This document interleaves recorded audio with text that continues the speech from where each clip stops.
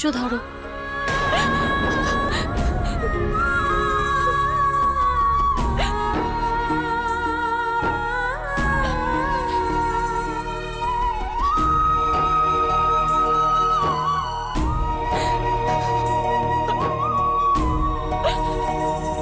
ঋষিবর, আপনার কাছে করজোড়ে প্রার্থনা করছি, শীঘ্র আমার ভ্রাতার চিকিৎসা করে তার প্রাণ রক্ষা করুন।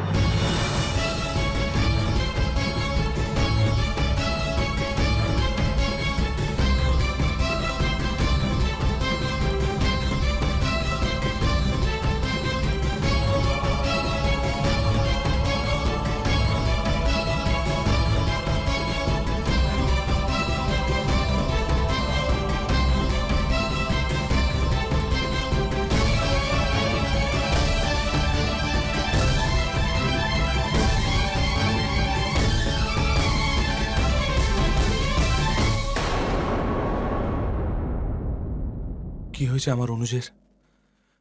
আমার অনুজ ঠিক হয়ে যাবে তো? কুমার ভরতকে আসরিক শক্তি গুরুতরভাবে আহত করেছে। এখনো দিনের আলো আছে, তাই সেই শক্তির প্রভাব ওনার শরীরে অধিক হয়নি, আর সেই জন্যই ওনার প্রাণ এখনো অতি সুরক্ষিত আছে। কিন্তু যতই সূর্য অস্তাচলে যাবে, রাত্রি বাড়বে, অন্ধকার প্রগাঢ় হবে, সেই অনুযায়ী এই শক্তির প্রভাব প্রবলতর হবে।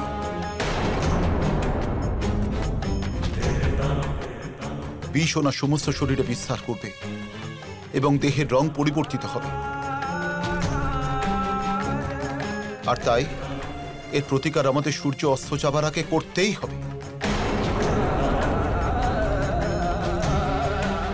অন্যথা কুমার ভরতের প্রাণ সংকট দেখা দিতে পারে।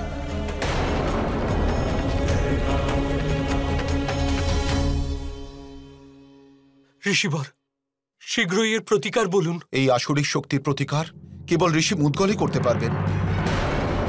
উনি ব্রহ্ম ঋষি, উনি প্রভূত সিদ্ধি লাভ করেছেন।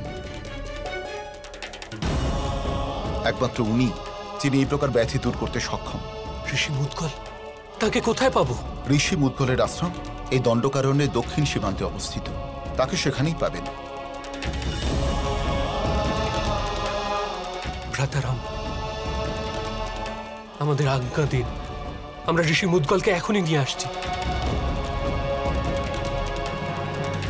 চলো শত্রুঘ্ন।